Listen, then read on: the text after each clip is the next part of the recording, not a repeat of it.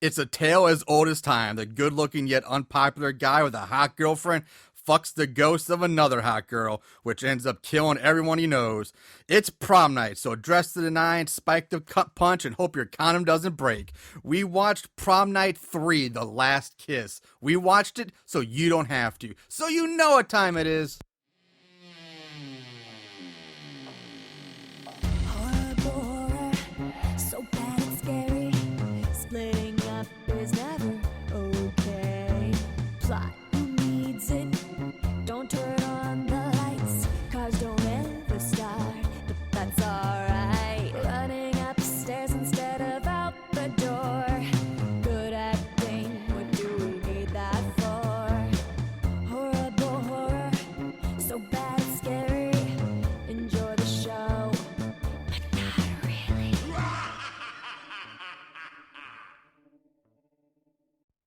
What's up, Moon Goons? It is prom season.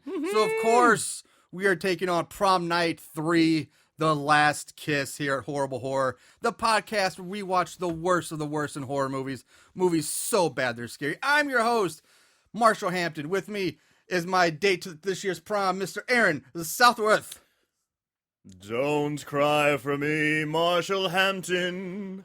The truth is, I've always loved you.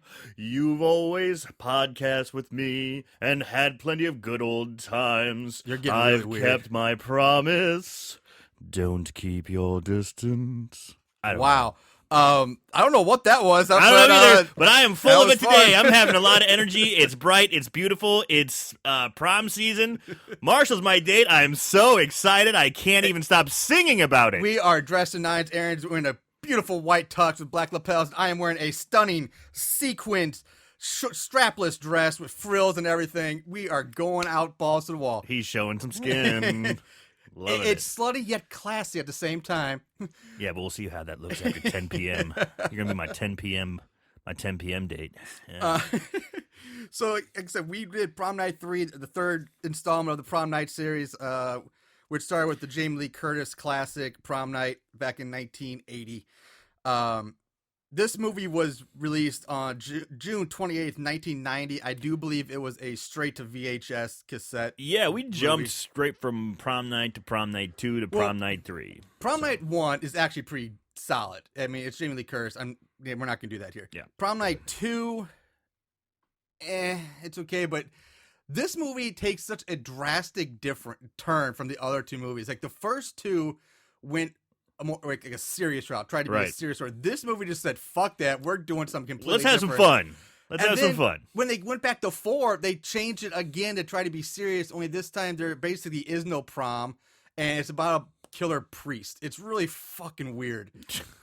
So anyway, it's hour 37 minutes, written by Ron Oliver and also directed by Ron Oliver and Peter Simpson. Not John Oliver. No, Ron Ron Oliver.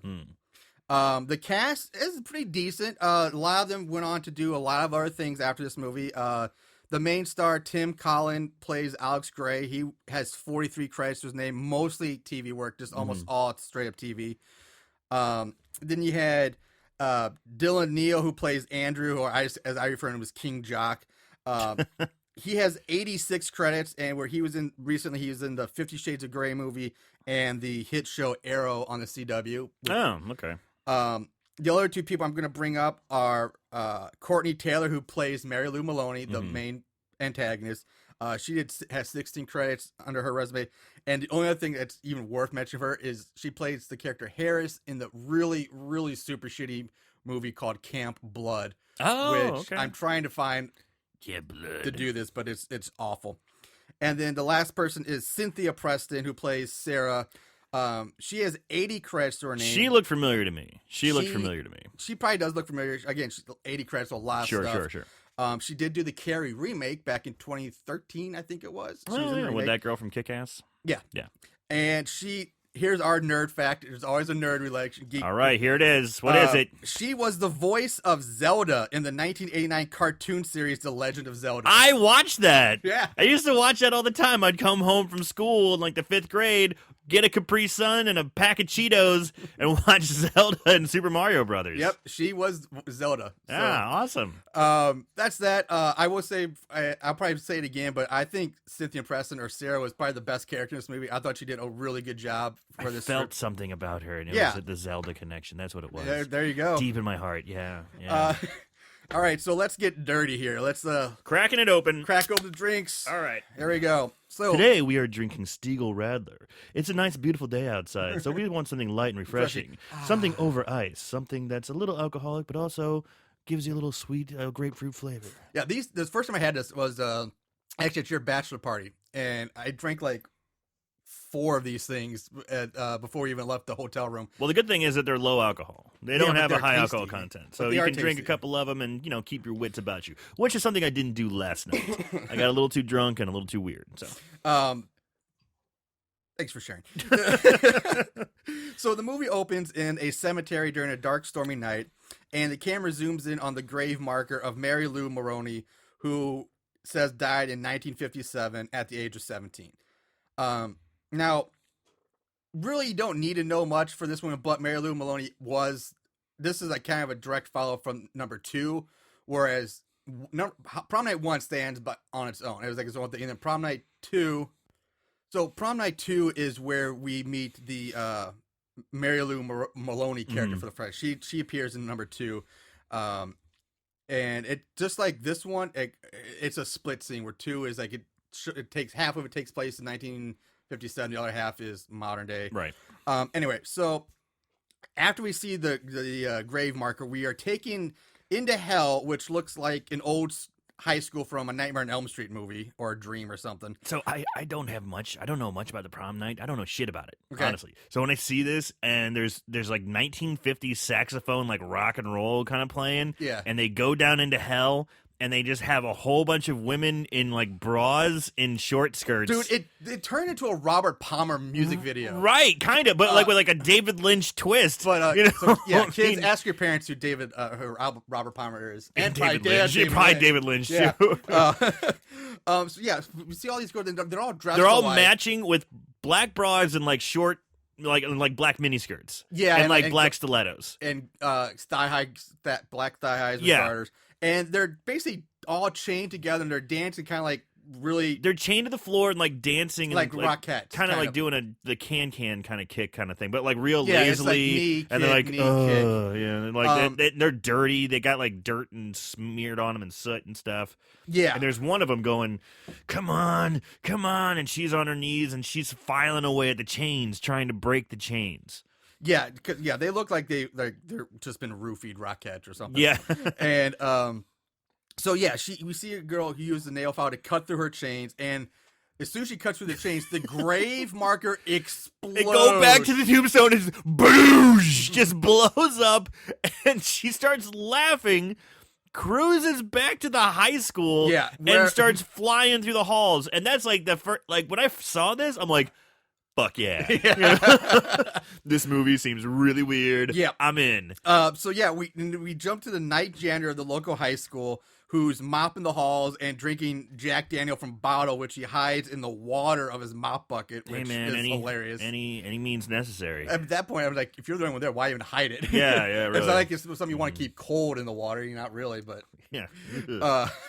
Cold Jack Daniels, it doesn't, maybe Yeah, on the rocks so or something. he suddenly gets the chill as what we assume to be the spirit of Mary Lou flies past him. Yeah, he just goes, And he goes to the boiler room looking for the source of this noise he heard. This is another thing. Is like he gets the chill, then he goes like, "Hello, who's there? Who's there?" And then he really goes beyond the Call of Duty and starts searching all over and goes down into the boiler room. Yeah. Me, I'd be like, "Anyone there?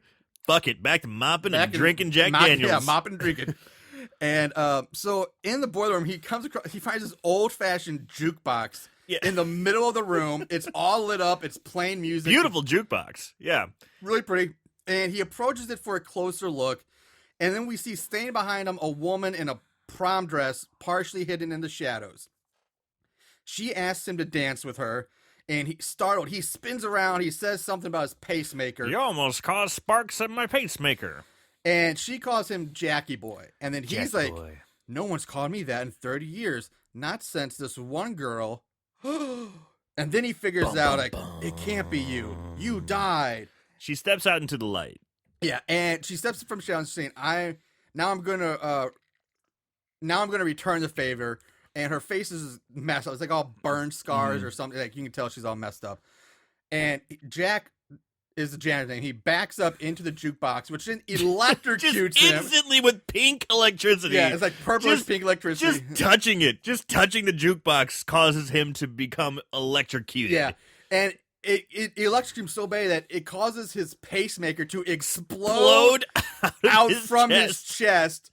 And lands like 10 feet away from him. And the thing is, it's so funny because the pacemaker is a pretty small device, but when it lands on screen, it's like the size of a fucking brick. Yeah. You know, it's I guess it's supposed to be so close to the camera, but yeah, it looks like a fucking like CD ROM drive or something. It's so big. So that's our intro right there. And Mary Lou closes out the scene with the one-liner, "Mama always said I would be a heartbreaker." Dun, dun, dun, dun, dun, dun. And now we jump to the gymnasium at the Hamilton High, where there's an assembly being held to announce the grand opening of the new gym. The band's playing La Bamba for some reason, which I thought was really an odd choice. They're doing a pretty good job. Yeah. And I know when I heard, I'm just like, okay, yeah, I kind of like this. And we see the main character, Alex Gray, who plays saxophone in the band, while his girlfriend watches from the seated crowd in the audience. Now, during his speech, the principal says that the opening of the new gym marks the new era in the school's history. The ground tremors, the mystery noises, the vanishing students, and the sudden unexplained fire that burnt down the last gym are a thing of the past. So it's kind of like this. Everyone knows that this school's got some weird mojo going on. Yeah, because again, it's supposed to be the same school from number 2 and the stuff that happened, but it is and it isn't. Like, it kind of has a Sunnydale vibe from like Buffy the Vampire Slayer, like Sunnydale High. Everyone's like, oh, this school, there's ghosts and ghouls and kids die, but we go to school here still. Yeah. It's that kind of feel. That's actually a really good way to, I think, explain that. That's probably pretty, I don't think I could do a better comparison. So the principal goes to cut the red ribbon, which he also ends up cutting off one of his own fingers. He goes to cut the ribbon. I'm thinking, okay, something's going to happen when he cuts the ribbon. But he cuts his fucking finger off. Yeah. And as soon as he does, the gym doors fly open and the room is filled with like a fucking wind vortex. Yeah, it's like a wind tunnel comes through and it's, shit's flying everywhere. The principal's freaking out. His fingers got cut off, and then all of a sudden the band starts playing again. Yeah, it's like the Titanic. Like, keep playing them off, keep going. Playing. So after that scene, we cut to 2 fatties on a stationary bike. Which I love. I love this. This whole scene is awesome. And Alex is working out with his best friend, Shane. I call him Sean for some reason, but it's Shane. And Shane is trying to get Alex to come on a summer road trip with him. But Sarah, the girlfriend, wants him to spend the summer at a farm so they can be together in nature. And it's not much happens. Just setting up the characters and kind of setting some stuff up. Classic situation. Go on the road trip or hang out on a farm. Happens to me all the time. Yep. So Alex then has a meeting with his guidance counselor. And she tells him that he's not going to go to medical school because his average is 71. What the fuck does that mean? Because I don't understand what scale they're using. I mean, we all know the 4.0 system, and I believe some schools even use like a 5.0 system, but I've never heard of a 71. I mean, I guess what I'm is that supposed to be out of 100? I'm assuming so. Out of 100, he scores at about a 71%, which would be is a low C. It's a very low C, but and again, C is average. Yeah, and that's kind of like the theme with Alex here is that he's average. Yeah, the most average Joe bag of donuts ever. It's just such a weird 71. Yeah. It's like, why not just say you have a 2.0 or a C average or something like that? Right. You're like, why? That's just fucking weird. So she tells him there are other options besides med school for someone like him, like building maintenance, food services, ditch digger. Basically, you're a C average, you're going to be a loser the rest of your life. Right. It's not like he's a high school dropout. I know. He's Jesus Christ, talk about shitting on his dreams right off the bat. Exactly. So after this meeting, fucking guidance counselors, I'll tell you what. So after the meeting, he finds a present in his locker, which turns out to be a stethoscope given to him by Sarah. quick note about the stethoscope. Yep. That's a shit stethoscope. Those are actually the disposable stethoscopes that you use in the hospital. Wow. Like if you have an infection that's contagious, you don't take your stethoscope in and out of that room and use it on other patients. They have their own, and it's a shitty disposable one that's like $8. Wow. So just a little knowledge there for you guys. Didn't know they made disposable Oh, yeah. stethoscopes. Oh, yeah, tons of them. So Sarah shows up. They chit-chat a bit. We learned that today is their 1-year anniversary, and Alex is like, oh, yeah, of course. I'm going to take you out to a nice romantic candlelit dinner. Cut to them, the two of them sitting in his car with 2 candles sitting on the dashboard. I thought that was pretty funny. Yeah. And Alex goes on a little rant about being average and wanting more, like just being unhappy. And Sarah gets upset with him because like she takes it personally, like, oh, I'm not good enough, or you're not happy with me, and she wants to be taken home. So we cut to Alex walking up the front steps of the school. Yeah, he says he's got to study, and he left his books at school, so he goes back to the school. I mean, it comes across as like 9, 10 o'clock at night. It's pretty late. Yeah, so like I would never be like, oh shit, I left my book at school. Let me go get it at 9 o'clock at night. No, no school's gonna be open. Hey. So he's looking for his biology teacher or something, and no one's there. No one's at the school. Yeah, exactly. Who in the right mind would think that anybody would be at the school if that's late at night? So he, after not being able to open the doors, doors are locked naturally. Like, well, no shit. And he turns to walk away, but then the doors open behind him magically. He enters the school, and the doors close behind him. Magically. Yeah. Poof. So he's walking down the hallway, and we get more POV shots of like Mary Lou's ghosts flying and spinning around through the hallways, which I kind of like these shots, these angles. They're kind of fun. Well, it made me think a lot of like the Evil Dead series, just Evil Dead, the camera work, very Sam Raimi-esque. Yeah. Yeah, I like them. Mm-hmm. So Alex heads up some stairs, and right as he's about to reach the top, Mary Lou pops up in front of him.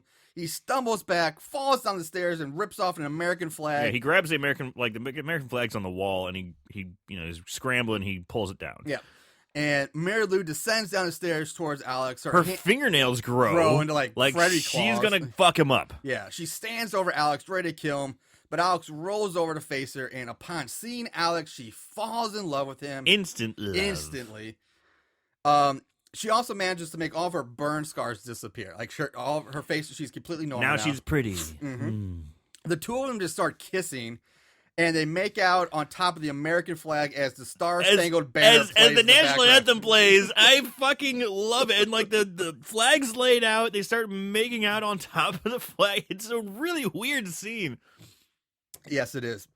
So the next morning, Alex wakes up naked, lying in the school hallway, wrapped up in the flag. And students start coming down the stairs. Alex grabs his stuff, he runs off. But I have a problem just because my question is, wouldn't they have already seen him? Because they're going, if they went up the stairs the first time, they would have had to walk over him to get up the stairs to come back down. That's a good point. I didn't think about that. Yeah. Like they just start like on the 3rd floor or 2nd floor of the high school. How did they get up there? They helicopter in. Yeah, apparently because they parachute in. So they jetpack in, Marshall. Duh.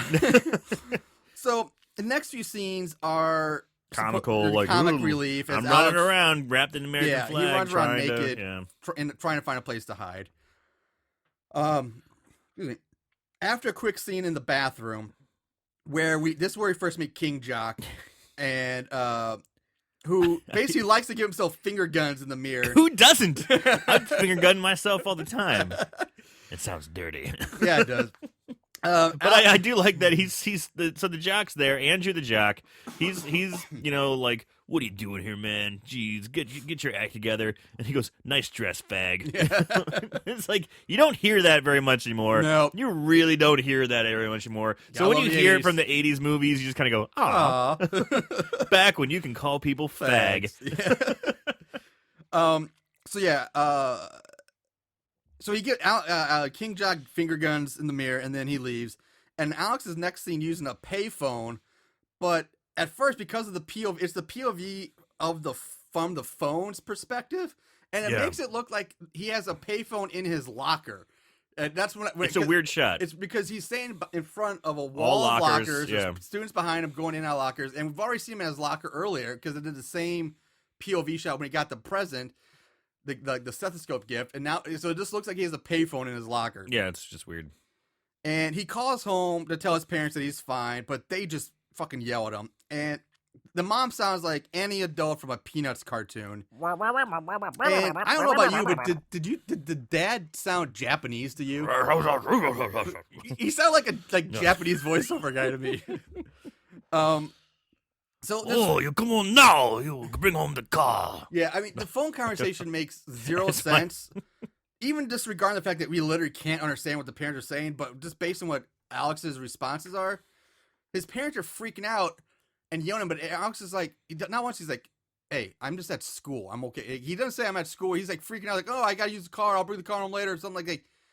Yeah, it's why weird. Don't you It's just a weird say you're scene. not you're just at school. You're fine. Like, why are they flipping out? Well, he stayed the night. He stayed out. I guess that's why they were Yeah, upset. but all you gotta say is, hey, Yeah, I'm at I'm school, okay, guys. I'm at I'm school. fine. I'll see you after. Yeah. I'll see you when I get home from Seems school. weird. Yeah, it's just really weird.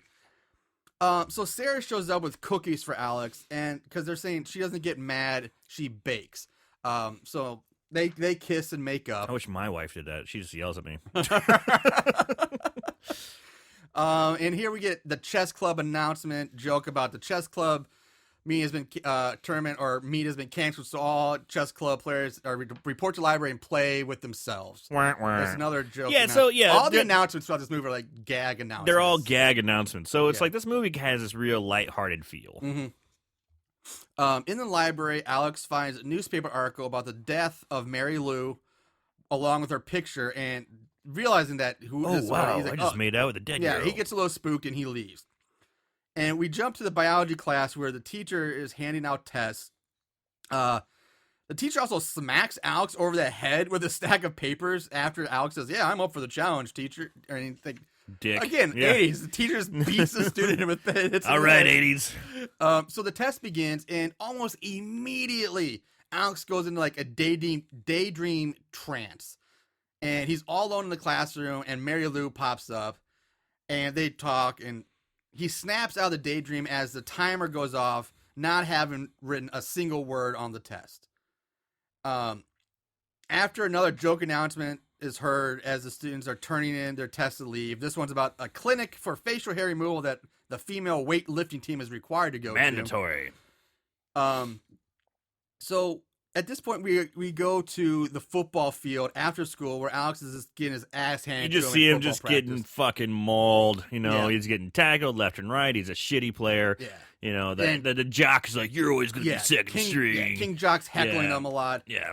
And the one thing that drives me absolutely batty about this scene is that none of the uniforms match. I know. This is not supposed even to be like practice squad. a unified like high school legit team, and none of them match. They're I counted 3 different helmets with different logos on them, 2 to 3 different types of pants, and 4 different jerseys they were wearing, all different colors and styles. And hey man, you get by with what you can, I guess. You know, it's pretty bad. God. It's pretty bad. How the fuck would you know what's going on? Exactly. And there's also a shot of the quote-unquote good players coming out of a huddle and lining up in a formation, but this is formation makes 0 sense for anybody who follows football, because it would never be used in a real football team game ever. Yeah. I mean, they stack up in what looks like a tight pyramid, and there's only 9 of them. Where's the other 2 players on the defense? I mean, it looks like something you would see in like a Looney Tunes cartoon, or or if like Space Jam was in football instead of basketball. Like, this is what they would line up as. It's kind of funny because you make a good point. Yeah, it's very just they don't give a fuck. No. Yeah, they give 0 fucks. 0 fucks are meant in this movie. Yeah. You know, like they took all their fucks, put them in a nice little wooden box, and put it under their bed. Yeah. Because they have none. Exactly. So now Alex starts hearing Mary Lou's voice in his head, and he suddenly becomes super Jack. He becomes inspired. Yeah, I mean, he catches a Hail Mary pass from the backup QB for a touchdown. And after practice in the locker room, Alex is getting like good job pats on the back. Everyone's like, yeah, way to go, except for fucking dickhead Andrew. And King Jock shows up. He's pissed off. He says, Alex, you know, if that was a real game, I'd have kicked your ass. I'm like, why? Why would you be pissed off if you scored a touchdown that only helps you win? You're on the same team. This makes no sense. Now, if Alex dropped an easy touchdown pass like Jared Cook does, I can understand the anger. Oh, Jared Cook. So anyway, King Jock is about to punch Alex in the face when he gets called to the office by Mary Lou over the intercom. And we cut to the biology teacher in his classroom going over the test that they took earlier that day. And he gets to Alex's test and he marks it with a big bold F because it's completely blank. Yeah, he's got like one sentence. It's like his name is on. It's like his nothing name. else is on there. Yeah, and then all of a sudden, words begin to magically fill in the blank test. The F disappears. You kind of hear the scribble sound, and it's replaced by an A. And now we hear Mary Lou calls out to Mr. Walker, the teacher, who looks up to see her standing behind the bar of an ice cream parlor that has just magically shown up in the back of his classroom. The lights have gone down, and she's got like a spotlight on him, and he's like, "Young lady, what are you up to?" Yeah. What the fuck? Yeah, instead of freaking the fuck out about where the hell does ice cream parlor come from, You've been in this room grading papers for years. I'm sure it's his room for years. Sure, and out of nowhere, it just suddenly appears. You wouldn't go, ah! Yeah. he's like, lady, you can't be in here. You're in a lot of trouble. He never reacts to the ice cream parlor, which the top half of it is made from a fucking car, complete with headlights turned on. It's like a 1950s-esque yeah, type it's totally of 1950s-esque. So Mary Lou offers him 2 hard and firm ice cream cones that just melt in your mouth. And he refuses, like, no, I don't want them. Yeah, he's not into it. And he's like, I demand to know who you are. And she tells him that she is Alex's new girlfriend, and she accuses him of having a bad attitude and then stabs him in each hand with an ice cream cone. They go through his hands, pinning him to the counter. Yet when blood splats on his face, it's a great effect. It really is. And then Mary Lou grabs an electric hand mixer, turns it on, and drives it into the teacher's face. And we see the mixer like punch through the back of his skull. Yeah, and it just cuts away. So it was actually pretty awesome. Yeah. Alex then enters the classroom and finds something large lying on the front table underneath a bloody sheet. Wonder what that is. Yeah, gee. And before he can uncover it, Mary Lou pops up. They talk a bit. There's some dialogue, and she shows him the magically completed test, and he realizes that she is in fact the ghost of Mary Lou, and he's surprisingly cool with that. Yeah, he's kind of like, whoa, Alex ghost has like lady. hardly any All emotion right. in this movie. I'm not saying he does necessarily a bad job as an actor. We've seen far worse, but he never really seems to get upset at things that most people would be like, what the fuck is going on? He's very zen. Yeah. He's very even. Like, he has like little ups serious, and little like, downs, but lithium, goddamn lithium or something. Days. Yeah. So he's all cool until he lifts the sheet back to see the bloody remains of Mr. Walker have turned into a banana split. He's been gutted. He's split down the middle, opened up, a whole bunch of ice cream, banana split. Fruit, yeah, it's basically a giant banana split topped inside off, like, of him. Little American flag. Yeah, very patriotic. Yeah. Except for the fact that if you notice, the face and the head are perfectly fine, even though we just saw get a mixer plunge through his head. I didn't notice that. His face, there's not a mark on his face. I was too busy looking at that ice cream sundae. Going, Ice cream sundae. Nom, nom, nom, nom, nom, nom. So Alex just reacts by saying, "Oh no," and walks away. Oh no. No, he's like, nope. Now this is the first murder he's seen. Yeah. So this is the first. He realizes that he's got Ghost Girl. Yeah. Okay, that's fucking scary, but, she seems to be kind of on his side. Yeah. Because she hasn't done anything crazy yet. Not yet. That he's seen. And she's like, oh, yeah, here's your fucking gutted teacher who's now have an ice cream sundae stuffed inside of his body cavity. And so like, holy shit, what did you do? He's like, he just oh goes, no. no. Oh no. And he tries to walk away, but Mary Lou stops him. And again, just like, the reaction is just bonkers that he just doesn't, his lack of reaction to this. And she tells him to hide the body. He's like, no, I can't do that. She kisses him and disappears, leaving Alex alone with the body. And that's basically all it takes, because he's like, all right, I'll hide the body. All right, you got it, babe. So apparently all it takes for him to become an accomplice to murder is It's a little kiss. a little sugar. It's a little kid. And it's just fucking teenagers. I mean, God damn. Well, I remember walking around just like walking hard on in high school. I mean, God, I would do anything. Yeah. That's what I'm saying, man. Just a little kiss, and all of a sudden you got somebody to, Maybe she'll touch it. So anyway, he wraps up the body and hides it in the cabinet underneath the counter. And just a great fucking hiding place, by the way. No one will ever find it in there. So after school, he runs to his car, which just, again, happens to be parked right in front of the school at the base of the front steps, which I call bullshit on, too. Yeah. We've all been to high school, and we've all driven there. You never park right in front of the goddamn school. You never get the good, sweet spot. It's always one, if that's even a parking spot, that would be for teachers only or handicapped. And two, if it's not, it's a fucking nerd. It's some nerd that comes up early all the time. Yeah. It's like, I got a good spot. You know. And again, I know I'm nitpicking on this, but the way he's parked, he'd be parked on the wrong side of the street. Because the car's facing the wrong way. He would have been... You do know where this movie is filmed, don't you?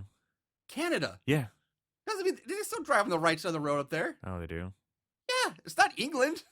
Oh. Well. Anyway. So, whoops. Yeah, anyway. It was my face red. His friend Shane pops up in the back seat, scares Alex. Nothing really happens in this scene. They drive away. So Alex gets home, and he gets a fucking surprise party from his parents for getting an A on his test. And his parents, his sister, and Sarah, who's there, they act like he just cured fucking cancer. Yeah. The way they're carrying on. They've got the place decked out. It says they got streamers. They got stuff on the wall. They got food. They got a big spread. And Dad's like, I'm going to make my world-famous banana splits. Yeah, and so, again, Alex must be a complete fucking idiot if this is how they react to getting 1A. Like, has he never got an A before in his life, and he wanted to go to medical school? What? So, anyway, the mother says that Mr. Walker called to tell him about the news, and like you just said, the father is making his famous banana splits. And Mr. Walker is the one who been gutted. He's dead. Became a banana split. So, later that night, Alex is driving Sarah home, and again, she gets upset with him for being so quiet and standoffish in the car. She gets out of the car, walks home after they argue in the street. Alex ends up back at school. He sneaks in, takes some sort of special, like, silver or chrome trophy shovel from a glass case, which I was weird. Yeah, it's like why would it the only thing I can think of is like groundbreaking, like a groundbreaking ceremony. This is the inaugural shovel that broke ground. But he grabs this little fucking shovel. Yeah, it's not a big one. And then he proceeds to drag Mr. Walker's body all the way out to the football field. Why the fuck in the middle of the football field? This guy's a fucking moron. This is like well-manicured lawns. Yeah. This is something you're going to notice. Nobody's going to know. It's like a grave-shaped hole in the 50-yard line. Take him to the fucking woods, dumbass. Good Jesus. God. Don't you know how to kill people, right? Jeez. This guy wanted to go to medical school, my ass. Can't even dispose of a body. Fucking A. So, again, you know what? That guidance counselor was right. Yeah, she was. He is a 71. I mean, yeah, he's just goddamn dumb. And no wonder his parents threw him a party for getting an A if this is how the shit he blows.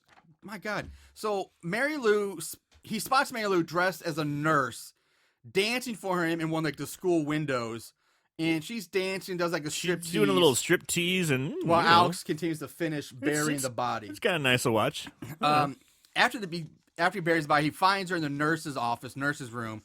And they end up having ghost sex on, like, the doctor's exam table that's just in this room. And it, like, lights up red. Yeah, it's, like, glows red underneath them. But it's, like, a weird scene. It's, like, it cuts back from, like, him digging the hole to them doing it in the office, and then him digging the hole and them doing it in the office. It's like, is he imagining this? Is he getting inspired? He's like, I'm going to dig. It's like the faster he's digging, it seems like the hotter the sex is getting. Yeah. It's weird. I couldn't figure it out. Is he imagining it? But then I realized, okay, he did it. Yeah, it happened. Yeah. Like they just did it in a weird way. It was just weird. Yeah, I didn't like it. I didn't like it. So after the sex, Alex tries to set some ground rules with Mary Lou, which are like no more killing, no more calling his house, and he says if anyone finds out about them, it's over. And she tells him not to worry so much. Alex tells her he loves her all of a sudden, and they kiss some more. Man, he moves quick. Yeah, man.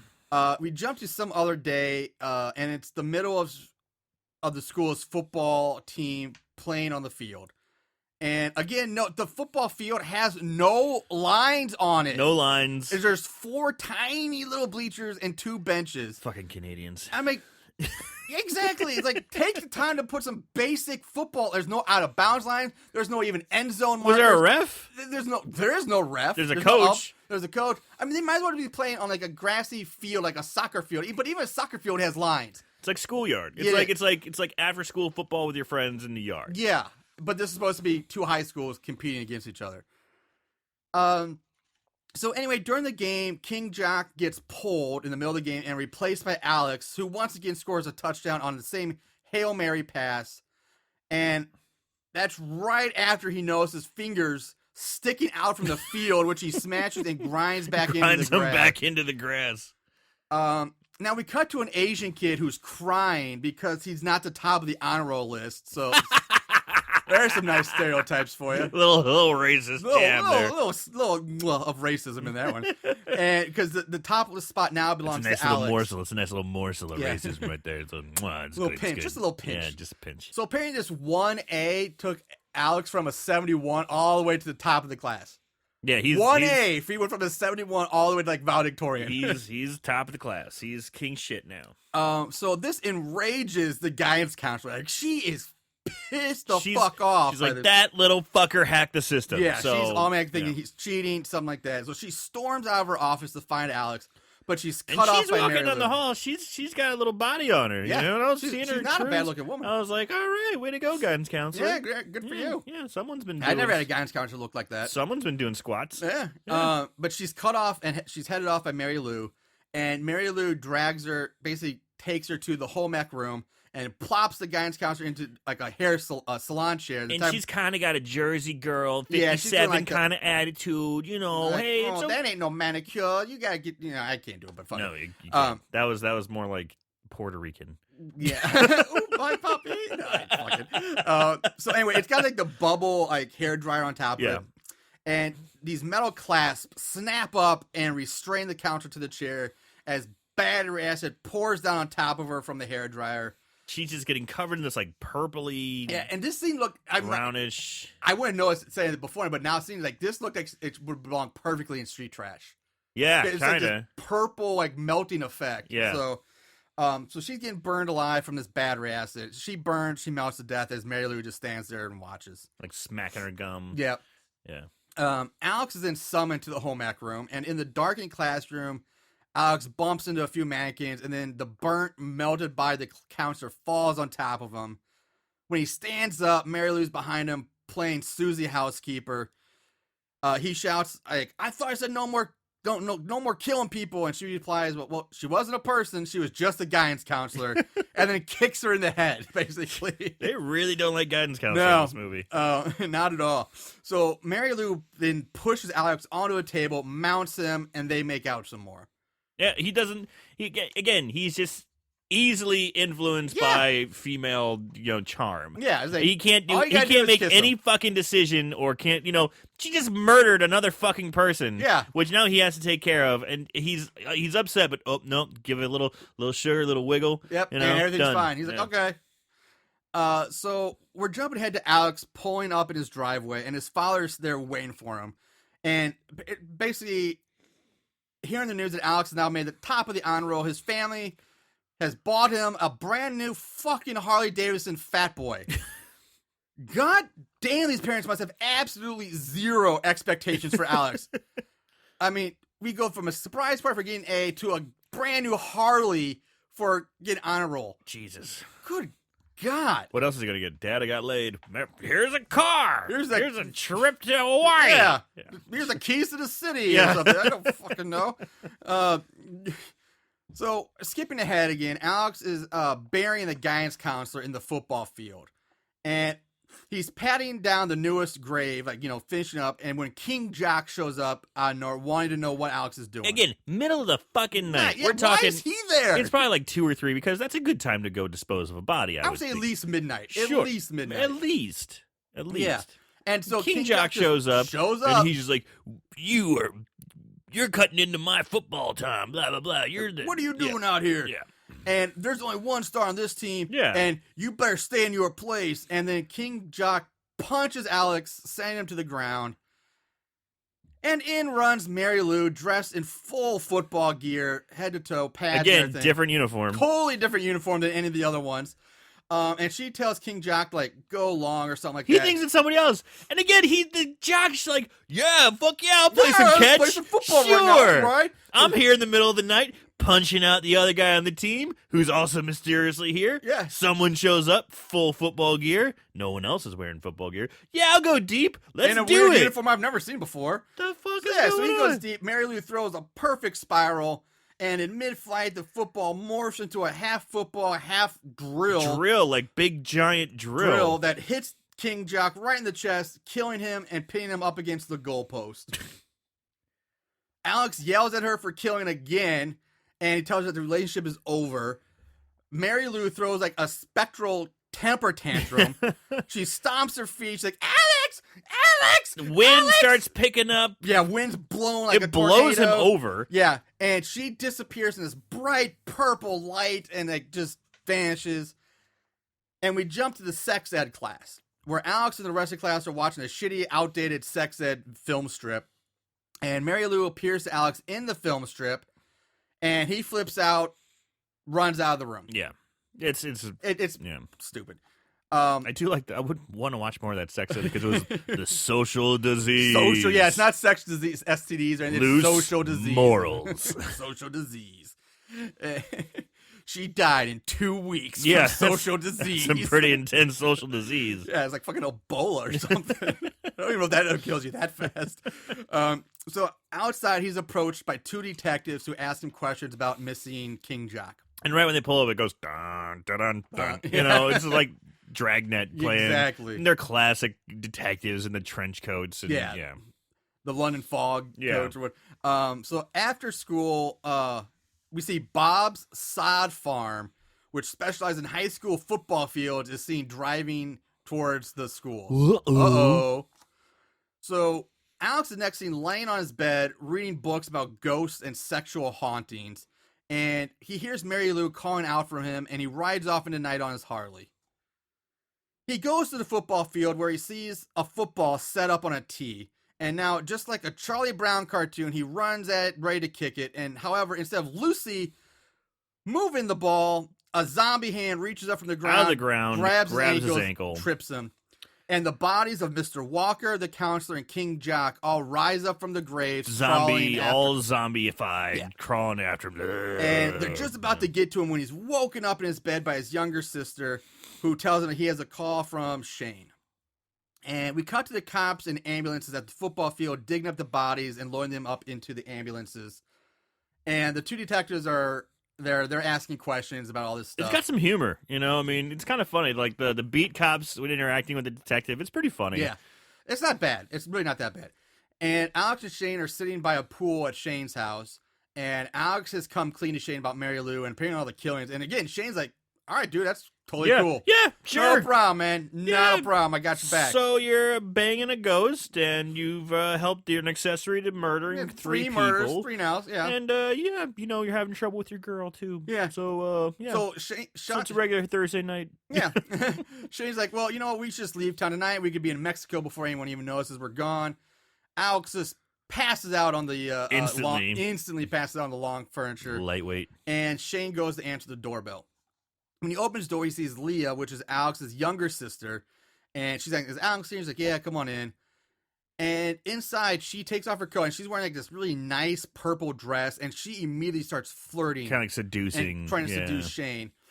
Do you notice what Shane's wearing? Shane's wearing a black karate gi with a yin yang I symbol love on it. I love it. I'm just like, that's so fucking 80s. I know, like, only the 80s, but Oh! somebody just be lounging around like a karate gi. You just wear my black karate gi with the yin yang. Yeah, I got a black belt. I bought this at Kmart. I got a black belt and chicken heads. Or Venture. What's up, Remember girl? Venture, people? Venture, Farmore. Yeah. Grandpas. Oh, God, farm, yeah. So, where was it? Oh, yeah, she tells Shane that he's such a good friend and that he has a really good heart. And he's like, do you want to see it? And then she punches through him, and we see her hand with his heart in it punch Smash through the back of the couch. Of the couch, yeah. Alex wakes up from Shane's screams, finds him dead. Giant hole in his chest. Mary Lou appears to him in a mirror and says she talks to him about some shit. And then she leaves. No one leaves me, Alex. Blah, blah, Yeah, blah. and she leaves saying, see you later, alligator. And again, this is a direct callback to Prom Night 2, because in Prom Night 2, Mary Lou or whoever's possessed by Mary Lou is always saying, "See you later, alligator." It's like her ongoing trademark line. So Alex speeds away from Shane's house as Shane's parents pull up and go inside. Now, back at his house, Alex is checking on his sleeping family members and then takes watch on the stairs with his father's shotgun. Yeah, and they had this like shitty rap montage time where he's like taking caffeine pills and pounding the soda and getting the shotgun shells, and it's just like crappy white guy rap. It's really bad. Yeah, it is awful. So we see cops racing towards his house, and Alex hears Mary Lou talking, but she's nowhere to be found. He just hears her voice. And after some visual trickery, dealing with like the TV, Alex hears the voice of a cop on the other side of the door. He spins around, he fires his shotgun, blowing a hole in the door. The cops outside open fire. He hits the floor. The doors turn to Swiss cheese. They burst in, and Alex surrenders. But what's really bonkers is that this whole scene, all this gunfire and glass breaking, none of the sleeping family members wake up to go see what's happening. Yeah, everyone's just... And they're like 50 feet away. And it's like an army is shooting these guns. Yeah. Glass breaking. And no one wakes up. No one has It's not until we see Alex being hauled away in the cop car that we see his parents like, "Oh, this isn't right." It's Yeah. like, what? How dare you take my son? Yeah. So the next several scenes are really quick, and there are TV news reporters about Alex and the killings.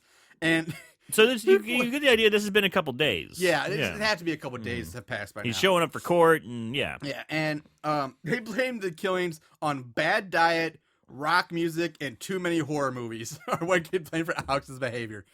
So if that was the truth, God, I would be killing everyone. Yeah, then. we'd be awful. Yeah. We'd be fucking mass murderers. Wouldn't make it to 16. So Alex is locked up in a holding cell when Mary Lou comes to him at night dressed as another cop.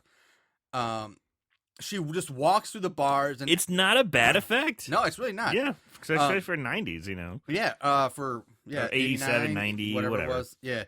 No, now it's gonna bother me. Well, it was released in 1990, but they say the 1990. Yeah, it was released in 1990, but it says the prom was on 1987, so it's like set in 87. Did it? I missed that part. Which is really weird. So I don't know if they filmed it and it just sat on the shelf for a while. They're like, "Fuck it, let's release it now." That could be because it's really 80s fucking style. It's 80-tastic. 80s on the ass. Yeah. So she walks through the bars and she wants Alex to blow this joint with her, but apparently that means he has to die. Like for him to like. Yeah, she like holds up a knife to his neck and she's like, "Oh, it hurts for a minute." It's the jail key that's been sharpened into a knife. Right, and she's like, "It only hurts for a second." Yeah, yeah. So. Anyway, so two more cops come running up to the cell. Mary Lou turns around and her eyes are glowing with like this purple energy, and like lightning bolts shoot out of each one of her eyes, killing the two other cops. Yeah. She turns back to Alex, says, "This is because of that bitch girlfriend of yours. Well, if I can't have you, nobody can." She then disappears in a burst of light. Alex grabs a key ring left behind by Mary Lou, makes his escape, picks up one of the cops' guns on his way out. He carjacks another cop at gunpoint. And I do love this cop. I love this cop because while at gunpoint, he just says, one question. I just have one question. He's like, "What? Why fruit?" I don't know why, but I found that funny. Which is a reference. I don't know if we mentioned it, but it was a reference to when the body was stuffed. We totally mentioned the banana.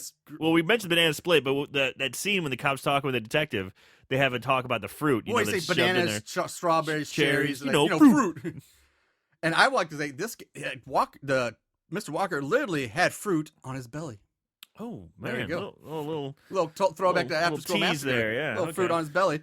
So anyway, Alex forces this cop to drive him to the prom, and so here we go. It's now prom time. It's everyone's dancing, having fun. The band is playing. The band. Oh God. The band with the beautiful blonde mullet hair. He's got long, glorious golden locks. And he's wearing like a tux jacket with no sleeves. And no shirt. He's flipping that hair back and forth. Yeah. Oh, it's awesome. Oh, and he does not look inspired. No. He's not. He's like, "Oh, I'm playing a fucking prom gig. I should be playing an amphitheater somewhere." Yeah. Should be touring with Whitesnake. Yeah, exactly. So Sarah arrives with Leonard, the nerdy guy, who we haven't talked about him yet, but we see him a lot throughout this movie. He's the QB. He's the backup QB. Okay, he's the backup QB. He's the backup QB. And Mary Lou is seen watching Sarah from afar. And Leonard and Sarah then are like walking down this hallway. She stops to go into the girls' room. While Leonard is waiting for her, he hears noises coming from the business studies room, which that's just a weird way to label. I like Leonard. I kind of felt bad for him. I did too. I had nothing against Leonard. He opens the door to find some kind of old like film equipment. We're talking. This looks like maybe a computer from 1960. Yeah, something I that you truly see like in the NASA program. do and not know what this is. It looks like a super duper old computer. Yeah, but like it's got super it's got old. like film strip with the, reels with the discs that turn. Yeah, it's but like, there's like film strip going through, and there's like a little screen on it. And there's all these like I don't know, but it's this ancient piece of equipment. yeah, and whatever it is, Leonard seems to be about busting a nut in his pants. He's over pretty it. impressed by it. He's like, what a beauty. Wow. So Mary, Whatever the fuck it is. yeah. Mary Lou shows up running her fingernails down the chalkboard, which gives me shivers every time. She kills him, but we don't really see how because the camera is quickly pulled back and out of the classroom and the door slams behind And I it. don't understand why Leonard gets it. Yeah, I don't get it. It doesn't fit her MO. No, he's the one person that does not fit the MO because he's not a threat To her having a relationship with Alex. and if anything, he would more or less help her by trying to win Right. Sarah away from Alex. Exactly. You don't. So you're basically killing what could be an ally. unknown ally. Yeah, Yeah. it's- So his death, yeah, I totally agree. It makes 0 sense. Bad move, Mary Lou. So Alex then handcuffs the cop and leaves him on the sidewalk and rushes into the school.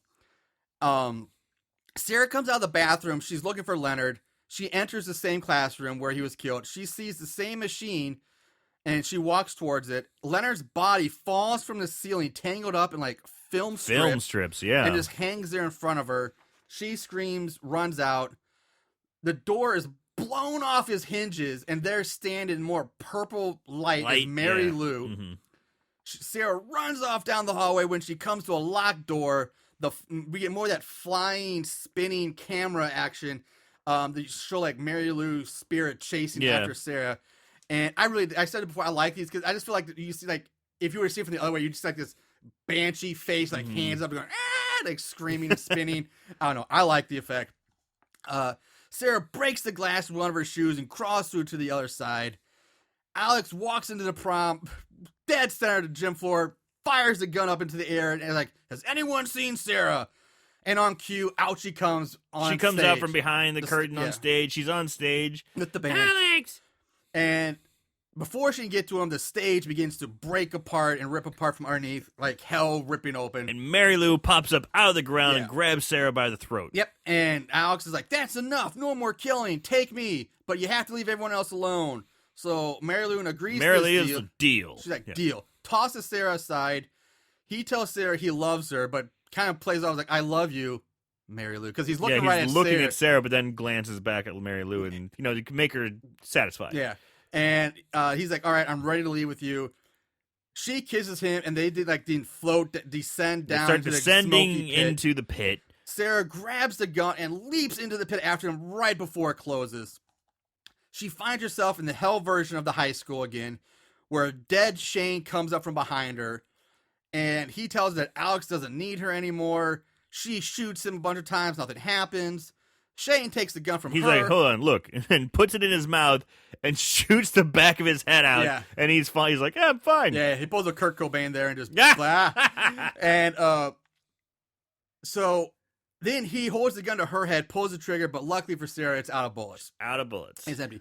She runs away, turns a corner, and runs into the dead versions of King, Jock, and Leonard, who, they all start swarming her, and then she runs past them into the machine shop, where she bars the doors long enough to make herself a makeshift, from scratch Flamethrower. flamethrower. She just makes What? a flamethrower. She MacGyver's a fucking flamethrower She's pretty damn handy. from like a welder's Yeah.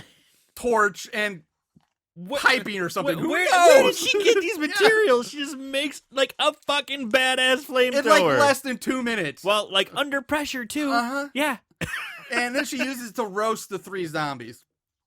And in the gym, the prom coronation is taking place. And it's like a zombie prom. It's zombie prom. Alex and Mary Lou are named prom king queen, and Mary Lou leads Alex out onto the stage where he is placed in his throne. Now, in the meantime, Sarah comes across the jukebox, which we saw at the beginning of the movie, and it turns on. It plays the music. And she starts fighting the jukebox. Yeah, because it begins to move towards her as it fires circular saw-bladed records at her. I love it. I love it. I see this thing and coming at it, and it starts shooting like razor blade records. I'm like, yes! Yes! This is awesome! Yeah, I thought the same. I just watched it, was like, God, I actually really enjoyed this. Like, I know. I'm watching this. I'm just like, oh, I was so happy. So, she hits it with the flamethrower, but it manages to shoot out one last blade that cuts the hose of her flamethrower without her nose. Unbeknownst to her.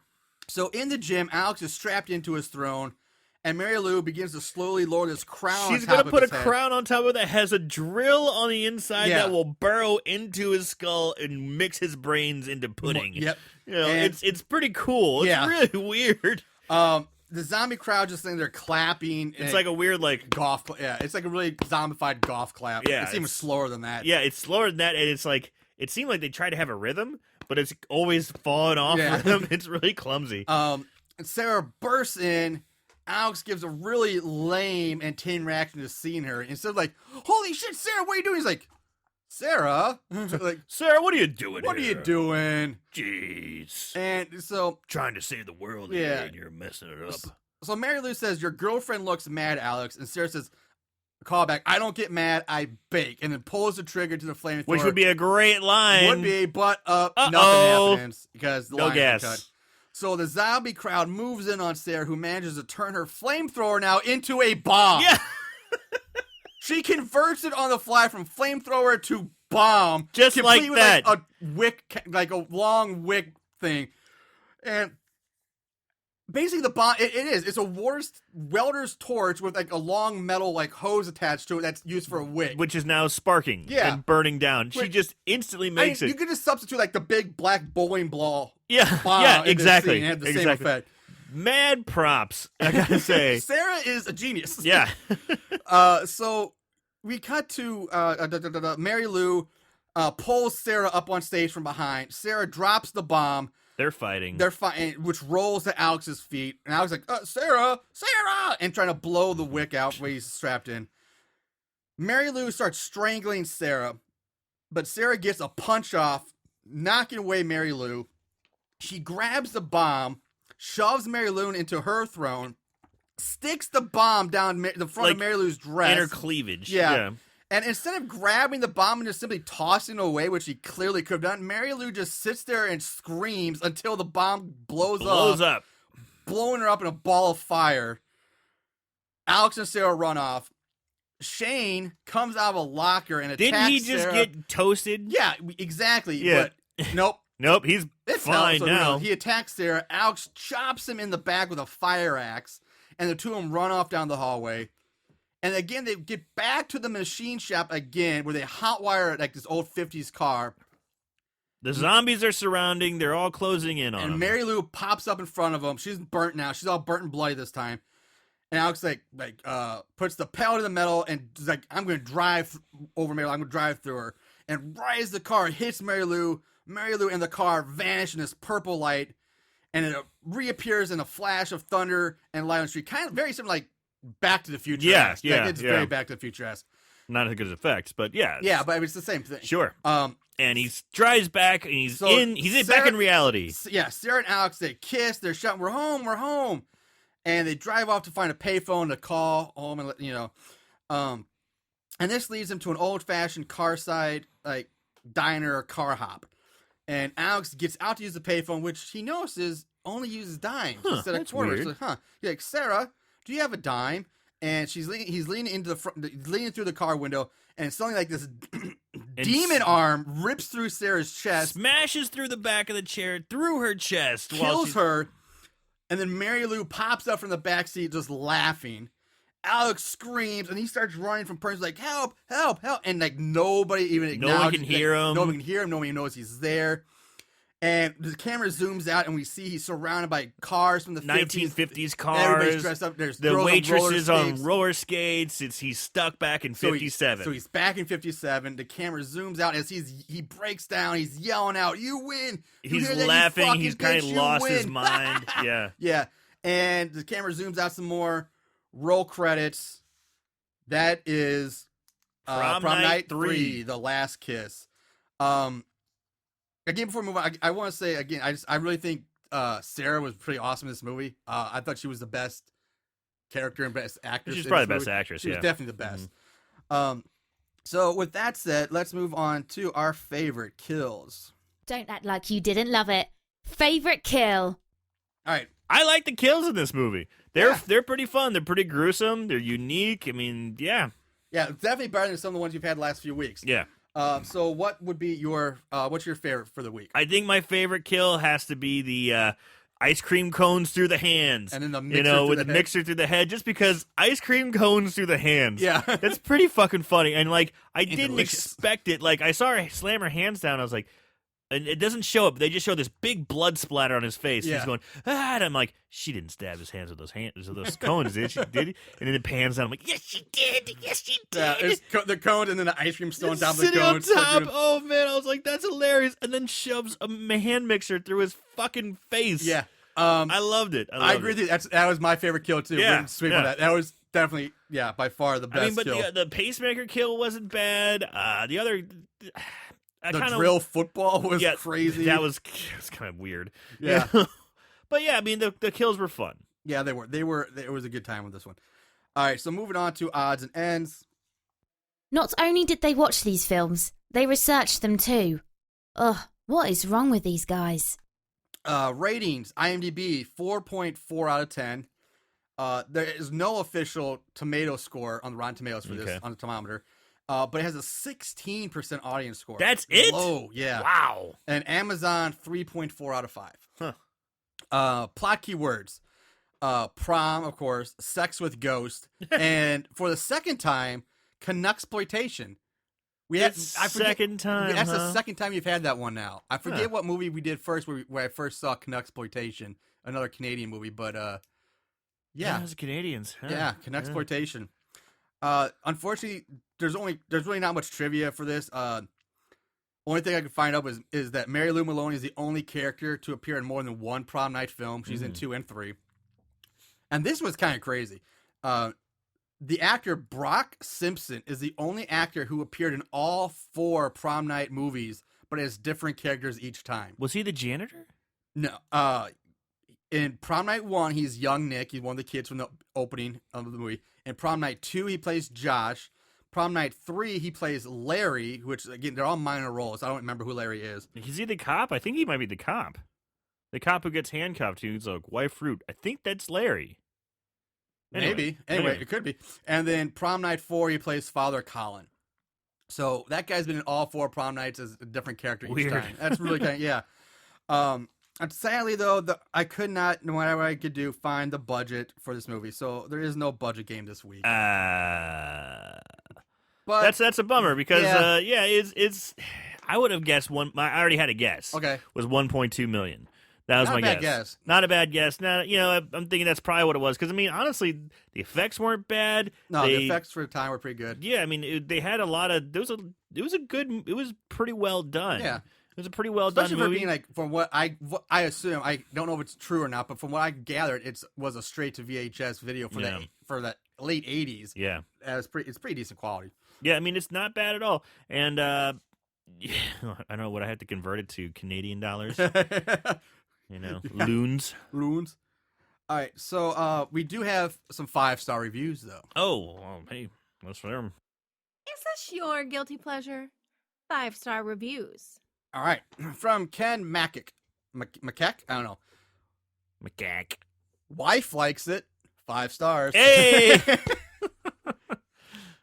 And, that's kind of the theme of this movie is just keep the woman happy. Yeah. Right? Yeah. Yeah, exactly. Yeah.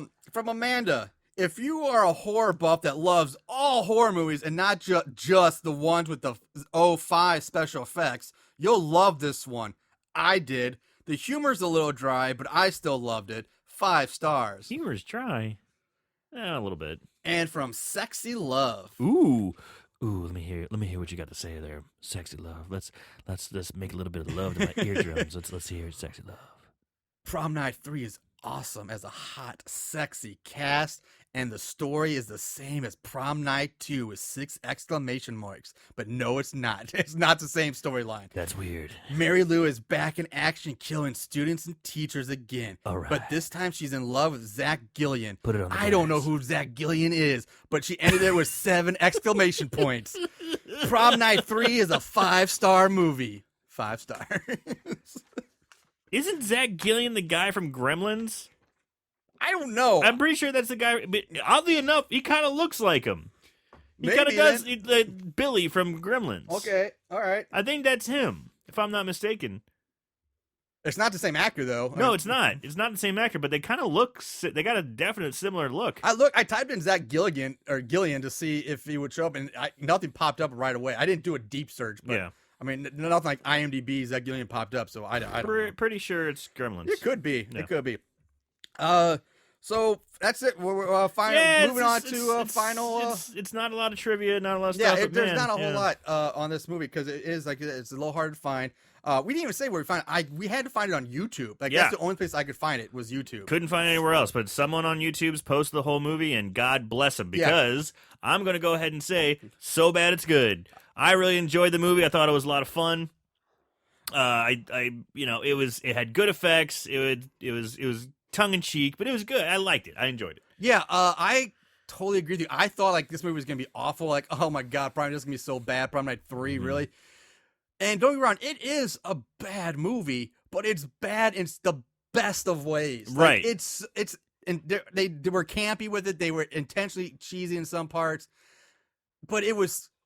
If you lose yourself, it's just a fun, ridiculous ride. I mean, Right. killer jukeboxes, shooting out Saw records.